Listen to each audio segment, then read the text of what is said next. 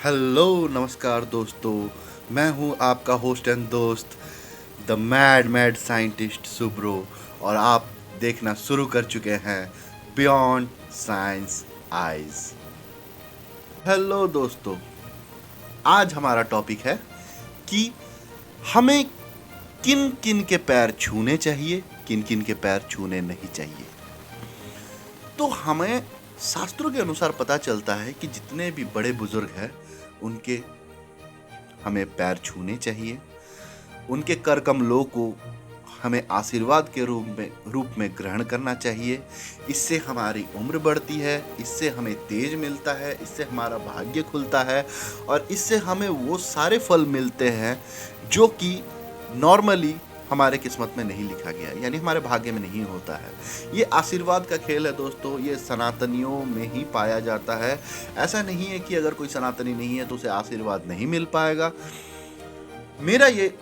मेरा ये विश्वास है कि जगत में कोई भी पैदा होता है वो सनातनी ही है। बाद में वो क्रिश्चियन, मुसलमान और बौद्ध कुछ भी बनता है, लेकिन जो पैदा होता है वो सनातनी ही होता है, क्योंकि उसमें उसे धर्म ढूंढने की जरूरत नहीं है, वो पैदा ही सनातनी होता है। तो बात पे आते हैं कि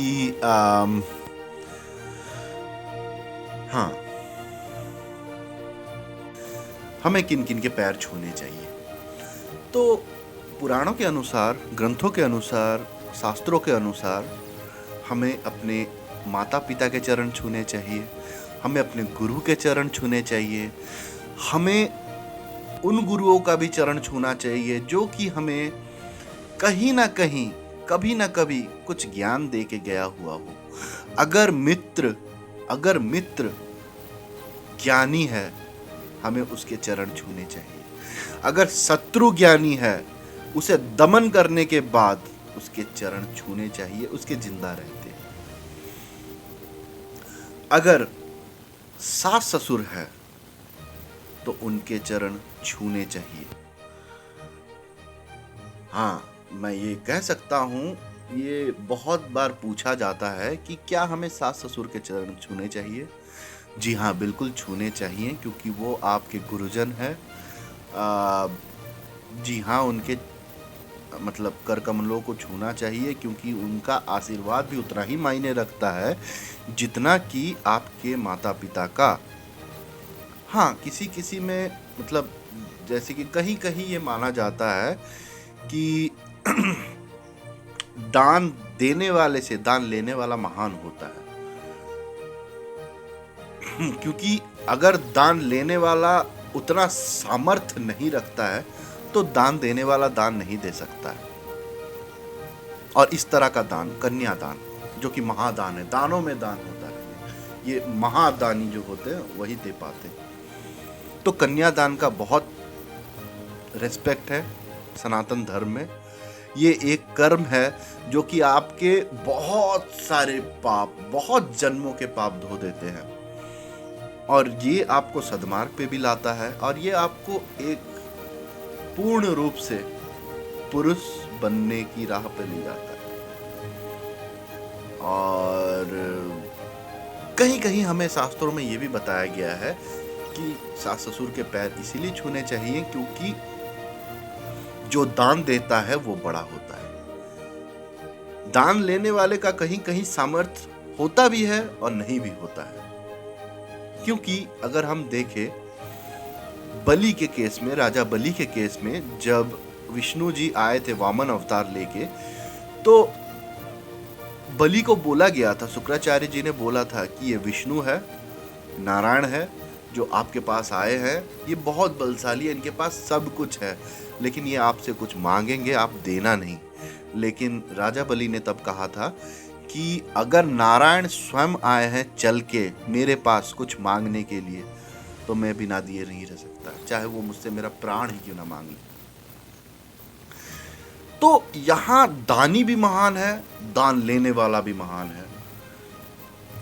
यहां हो सकता है विष्णु जी उतना ही नमन करे बलि को जितना कि बलि जी नमन करेंगे विष्णु जी को। हाँ, विष्णु जी भगवानों के भगवान है, महाप्रतापी हैं, लेकिन यहाँ बलि जी ने जो किया है, राजा बलि ने जो किया है, वो बहुत उत्कृष्ट लोग कर सकते हैं, छोटे मोटे लोग नहीं कर सकते। आजकल किसी से पेन मांग लो तो नहीं देते हैं, और दे भी दे तो पेन का ढक्कन खोल के रख लेते हैं ताकि पेन आप भूल ना जाए, अपने पॉकेट में लेके चले ना जाए, क्योंकि ढक्कन के बिना पेन नहीं ले जा सकते। तो ऐसे होता रहता है। हम अपने रोजमर्रा की जिंदगी में भी अगर 5 रुपए किसी को देते हैं तो सोचते हैं कि उससे क्या मुझे मिलेगा। गरीब को तो देना दूर की बात है, हम अपने रिश्तेदारों में भी यही ढूंढते हैं कि अगर हम उसके लिए कुछ किए हैं तो उससे हमें क्या फ़ायदा मिलेगा। हम दोस्तों में भी यही निचोड़ रखते हैं कि अगर हम किसी को कुछ देते हैं तो उससे क्या निचोड़ के ले सकते हैं। तो राजा बलि ने सब दान दे दिया, तो उनके बराबर दानी तो बहुत कम, बहुत ही कम बंदे, शायद पूरे पुराणों को मिला लिया जाए तो 3 से 4 बंदे ही निकलेंगे ओवर, मतलब इतने लंबे पीरियड में आपको 3 या 4 ही मिलेंगे, उससे ज्यादा नहीं मिलेंगे, और इस लेवल के दानी। अच्छा, तो अब आते हैं हमारे टॉपिक पे। मैं भूल गया टॉपिक क्या है, 1 मिनट। हाँ, तो टॉपिक ये है सॉरी, तो अच्छा, टॉपिक ये है कि हमें किन किन के चरण छूने चाहिए और किन के चरण नहीं छूने चाहिए। अच्छा, तो छूने चाहिए आपको पता चल गया, किन के नहीं छूने चाहिए, ये बहुत इंपॉर्टेंट टॉपिक है। तो शास्त्रों के अनुसार भांजे को मामा के चरण नहीं छूने चाहिए,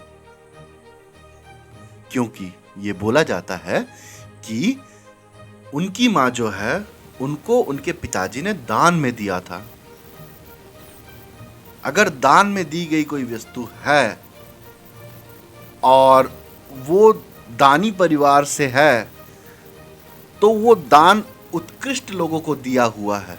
तो अगर आप उत्कृष्ट लोगों में गए हैं, आप उच्च कोटि के लोगों में गए हैं, आपने ससम्मान अपनी बेटी को उच्च कोटि के लोगों में ब्याह दिया है, तो उनसे जो संतानें होंगी वो कभी भी अपने मामा के पैर नहीं छूने चाहिए। इससे मामा का भला नहीं होता है, पाप चढ़ता है। खैर, आपकी क्या राय है, आप बताइएगा। शास्त्रों के अनुसार ये विधि पूर्वक मनाही है कि मामा के पैर नहीं छूने चाहिए। मामा भांजे का पैर छू सकता है, हाँ छू सकता है, ये शास्त्रों में लिखा गया है। ये बहुत बड़े बड़े शास्त्रज्ञों ने भी कहा है कि मामा भांजे का पैर छू सकता है, लेकिन भांजा जो होता है वो मामा का पैर नहीं छू सकता। आगे बढ़ते हैं, एक और इंसान, उनके पैर नहीं छूने चाहिए। जब कोई इंसान सोया हुआ होता है उनके पैर नहीं छूने चाहिए। इसके पीछे बहुत सारी लॉजिक्स है। आप अगर YouTube खोलेंगे तो आपको हजारों लॉजिक मिल जाएगा साइंटिफिक वे में कि हमारा बॉडी न्यूट्रल होता है, उस समय ऐसा होता है, उस समय वैसा होता है, फलना ढिमका जो भी है वो बताएंगे, और कुछ हद तक वो सही भी है। लेकिन आज के डेट में, अगर मैं गलत हूं तो कमेंट में बताइएगा, लेकिन आज के डेट में मुझे जितना दूर लगता है कि अगर हम लोहे के खट पे भी सोते हैं ना, लोहे के खटिए पे, बेड पे, तो भी लोहे के खटिए के पैर के नीचे गुटका लगा रहता है। गुटका मतलब वो रबर का कुछ होता है, और मैक्सिमम जो लोग हैं वो लोहे के खट पे नहीं सोते हैं, वो सोते हैं मतलब लकड़ी के प्रॉपरली बने हुए खटिए पे, बिस्तर पे, बेड पे। तो इसमें बॉडी मुझे नहीं लगता कि न्यूट्रल फेज पे चला जाता होगा, जिससे कि नेगेटिव एनर्जी फ्लो हो जाती होगी। रैदर मुझे ये लगता है कि सोए हुए व्यक्ति के पैर इसीलिए नहीं छूने चाहिए, ये साइकोलॉजिकल फैक्ट भी आप अगर समझ लीजिए। मैं बहुत डीप जाके मैंने थोड़ा सा सोचा है तो मैं बता रहा हूँ, आपकी क्या राय है आप बता दीजिएगा। मैंने ये सोचा है मेरे हिसाब से कि जब एक आदमी सोया रहता है तो उसका जो अनकॉन्शियस माइंड है वो ट्रैवल करता है। ये आत्मा टू आत्मा डिफर करता है कि आपका आत्मा कितना शुद्ध है, कितना कितना आप वैराग्यपन में गए हैं, कितना आप डिवोशनली कनेक्टेड हैं, कितना आप अपने को समय देते हैं भगवान से जुड़ने के लिए, आप कितने उच्च कोटि के, कितने उत्कृष्ट इंसान है। ये पर्सन टू पर्सन डिफर करता है। क्योंकि आपने देखा होगा कोई बंदा अगर खास भी दे नींद टूट जाती है, कोई बंदा बहुत गहरी नींद में चला जाता है, कोई बंदा तुरंत उठ जाता है, कोई बंदा नहीं उठता है, कोई बंदा आवाज़ से उठता है, कोई बंदा छींक से उठ जाता है। तो सबकी जो मनोदशा होती है, जो अनकॉन्शियस माइंड होती है, वो प्ले करती है अलग अलग तरीके से। ये अनकॉन्शियस माइंड का खेल है। तो जो ये अनकॉन्शियस माइंड का जो खेल होता है ये बहुत ही विचित्र है। और ये जो विचित्रपन है, अगर आप किसी सोए हुए व्यक्ति को प्रणाम करते हैं तो अगर वो बंदा सपने में डरा हुआ होता है या फिर वो किसी को भगा रहा होता है या खुद भाग रहा होता है, तो वो जो एनर्जी है, वो जो साइकोलॉजिकल जो वो अपने आप को ट्रीट कर रहा है सपने में, वो आपके शरीर में फ्लो हो जाएगा, जिसे हम टच थेरेपी कहते हैं। कुछ लोग बोलते हैं ना कि अगर सबके साथ हाथ नहीं मिलाना चाहिए, इसीलिए हम प्रणाम करते हैं। क्योंकि होता क्या है, सदगुरु जी ने भी कहा है, जो हमारे सदगुरु हैं, जो आदि योगी मठ चलाते हैं, उन्होंने भी यही कहा है कि हमें सबको नहीं स्पर्श करना चाहिए। इसीलिए हमारे सनातन धर्म में नमस्कार बोला जाता है। और पैर हम उन्हीं के छूते हैं जिनको हम बचपन से जानते हैं, या फिर कोई आराध्य होता है, या फिर कोई इतने बड़े लेवल पे हो जिनको स्पर्श करने से हमें वो एनर्जी फील हो। इसीलिए हम सबको नहीं छूते हैं। छूने का एनर्जी बहुत ही डिफरेंट होता है, क्योंकि हमारा शरीर भूलता नहीं है। अगर हम किसी को छूते हैं तो हमारा सबकॉन्शियस माइंड उसको याद रखता है, और अगर हमारा सबकॉन्शियस माइंड उसको याद रखना स्टार्ट कर दे, कुछ दिन बाद यही होगा। अगर आप बहुत सारे लोगों को छूते हुए डेली डेली घूमते रहते हैं तो उनका जो इफेक्ट है आप पे बहुत गंदी तरह से आएगा, क्योंकि आपने उन्हें छुआ है। यानी कि थोड़ा सा भी हो, लेकिन उनकी एनर्जी या तो पॉजिटिव या तो नेगेटिव आप पे आएगा। पॉजिटिव एनर्जी आया तो आपको हरदम खुशी खुशी महसूस होगा, लेकिन अगर नेगेटिव एनर्जी फ्लो कर गया उनके शरीर से आपके पास, तो भाई दिक्कत है। आप हंसते हुए संसार में भी जहर घोल देंगे, क्योंकि आपका मूड अच्छा नहीं होगा। या तो आप हाउसवाइफ है, खाना बना रही होंगे, खाना अच्छा नहीं बनेगा क्योंकि आपका खुद का मूड खराब है। आपको पता ही नहीं होगा कि आपका मूड खराब है, आपको पता ही नहीं होगा आप क्यों गुस्सा हो रहे हैं, आपको पता ही नहीं होगा आपका मन क्यों दुख है। आपको ऐसा लग रहा हो कि मैं अकेला हो गया हूँ। वो अकेले आप नहीं हो रहे होते हैं। आपने जिन जिन लोगों को छुआ है उनका जो इमोशन है वो आप पे फ्लो हुआ है। ये कोई बताएगा नहीं, ये पर्सनली फील करके आपको देखना है, तब आपको पता चलेगा। तो जो सोया हुआ बंदा होता है उसको प्रणाम नहीं किया जाता, उसको छुआ नहीं जाता, क्योंकि उसके अंदर कौन सी एनर्जी प्रवाहित है, कौन सा एनर्जी फ्लो हो रहा है, negative, positive, most negative, most positive. अगर बहुत ज़्यादा पॉजिटिव है, सोचिए वो उस तरह का बंदा है जो कि सोना तो छोड़ो, सोने के हिसाब से वो अपना शरीर छोड़ के घूम रहा है ब्रह्मांड में, एस्ट्रल बॉडी जिसको बोलते हैं। अगर आपने उसको छू दिया, उसका एस्ट्रल बॉडी फिर लौट के आ जाएगा उसके पास, क्योंकि उसके पास तो घंटी बजेगी एस्ट्रल बॉडी पे भी कि आपका बॉडी कोई छू रहा है। और जैसे ही वो सट्टे से रिटर्न आएगा, उसका जो तेज है आप नहीं सह नहीं पाएंगे। क्यों? क्योंकि आप में उतना कैपेसिटी नहीं है, आपने उतना योग नहीं किया, आपने उतनी साधना नहीं की है, आपने उतना उस लेवल तक का एनर्जी सहने के लिए। जैसे कि अगर 10 मतलब एक छोटा सा कैपेसिटर है, सोचिए एक छोटा सा कैपेसिटर है, सपोजिटली मैं आपको दिखाता हूँ। सोचिए ये चार्जर केबल जो है, ये चार्जर केबल का अंदर वाला पार्ट है, ये है कैपेसिटर। देख लीजिए, ये जो ब्लू वाला है ये कैपेसिटर है। अच्छा, ये कैपेसिटर उतना ही चार्ज होल्ड कर सकता है जितना कि चार्जर चल जाए। अब इस कैपेसिटर को निकाल के अगर मैं पंखे में लगा दूं, जिसका कैपेसिटर इतना बड़ा होता है, क्या वो चलेगा? क्या वो संभाल पाएगा? कैपेसिटी है इसमें इतनी कि संभाल ले? नहीं संभाल पाएगा, फट से उड़ जाएगा। 2 मिनट भी नहीं, 2 मिनट छोड़िए, जैसे ही एनर्जी के प्रभाव में आएगा वो उड़ जाएगा। सर्किट ब्रेक, खत्म, फिनिश, टाटा, बाय बाय। यही होगा। इसीलिए बोला जाता है कि सोते समय किसी भी व्यक्ति को, चाहे वो स्त्री हो, पुरुष हो, वृद्ध हो, बच्चे हो, पैर नहीं छूने चाहिए, क्योंकि वो किस स्टेट में है आपको नहीं पता चलेगा, और उसकी एनर्जी आपको फ्लो हो जाएगी। अच्छी एनर्जी है तो अच्छे से फील करेंगे, गंदी एनर्जी है तो बहुत गंदी तरह से वो दिन आपका जाने वाला है। It will be like a nightmare in day. तो आपको पता चल गया अब कि किन 2 लोगों के चरण स्पर्श नहीं करने चाहिए। भांजे का मामा को चरण स्पर्श नहीं करना चाहिए, और सोते हुए व्यक्ति के चरण स्पर्श नहीं करने चाहिए। मामा को भांजे का चरण स्पर्श करना सही है, नहीं भी करते हैं तो कोई इशू नहीं है, लेकिन कर सकते हैं।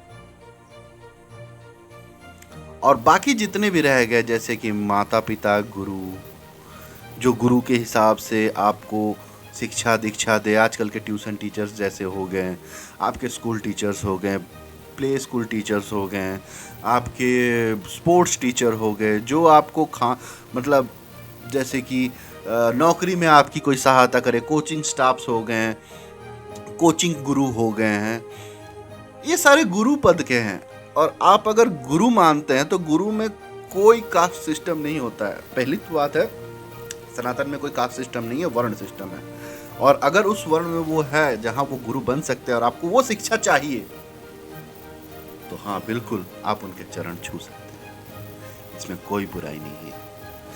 और ऊपर से अगर आपका दोस्त, आपका मित्र ज्ञानी हो, परम पराक्रमी हो, जिससे आप कुछ ज्ञान ले सके, उसके भी चरण छू ले तो आपको कोई बुराई नहीं है। आपका परम शत्रु अगर किसी भी समय आपको ज्ञान देने के लिए तत्पर हो और आपको पता है उससे ज्ञानी आपके मित्र भी नहीं है, बिल्कुल ज्ञान ले, सिर्फ ज्ञान ले, उसके हिसाब से ना चले। क्योंकि श्री राम ने भी जब वध किया था रावण का, मरने से पहले लक्ष्मण को भेजा था कि जाओ लक्ष्मण, उनसे ज्ञान प्राप्त कर लो, राजधर्म का, न्याय धर्म का। तो लक्ष्मण ने बोला ये क्या ज्ञान देगा, इसको तो हम मार चुके हैं। बोला आपको नहीं पता है, ये बहुत बड़ा विद्वान है, जाइए कुछ सीख के आइए। फिर लक्ष्मण गुस्से में गया उसके पास, लक्ष्मण जी उनके पास गुस्से में गए, बोले हे रावण, मरने से पहले मेरे भ्राता ने आपके पास मुझे भेजा है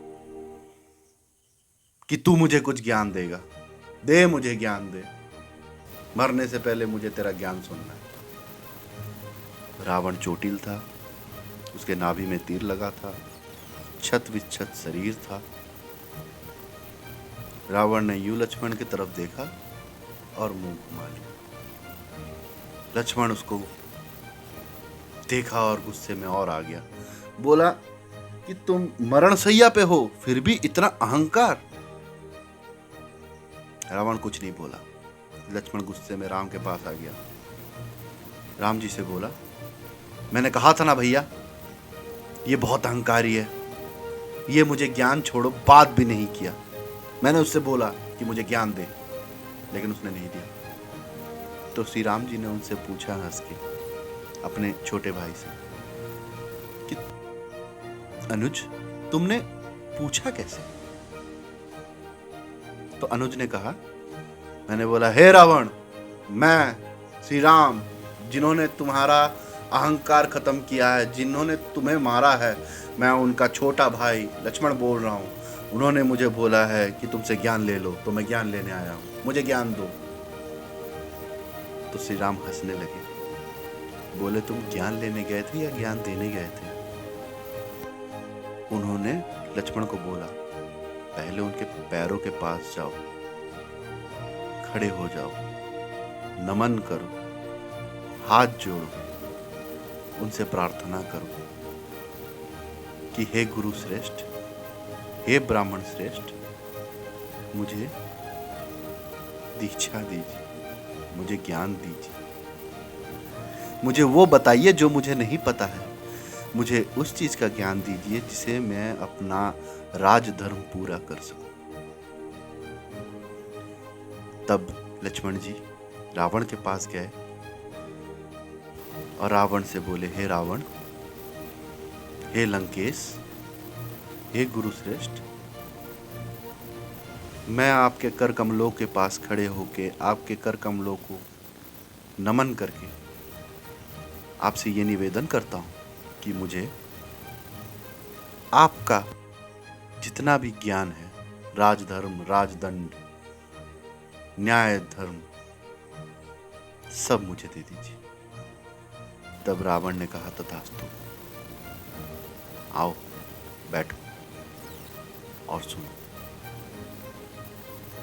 तो ये है हमारा सनातन, ये है हमारी संस्कृति।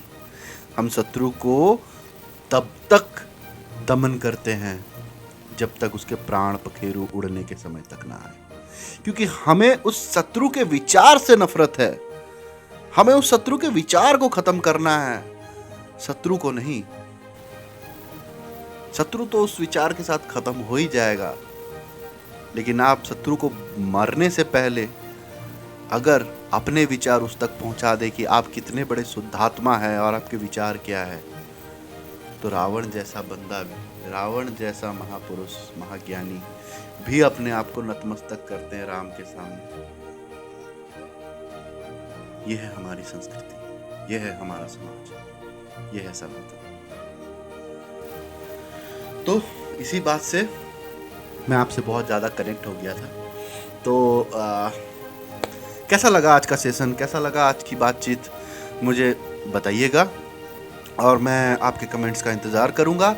मुझे पता है मैं बहुत दिन बाद आया हूँ क्योंकि मैं थोड़ा डिमोटिवेट हो गया था क्योंकि मेरे व्यूज़, खैर उसके बारे में बात कभी और करेंगे, लेकिन कुछ भी नहीं आ रहा था और शायद किसी ने भी मेरा सब्सक्रिप्शन बटन पे क्लिक भी नहीं किया है। तो खैर उससे कोई जाता आता नहीं है, आप लोग हैं, आप लोग एंजॉय कीजिए और ये बातें चलती रहेंगी और देखते रहिए science and beyond science eyes.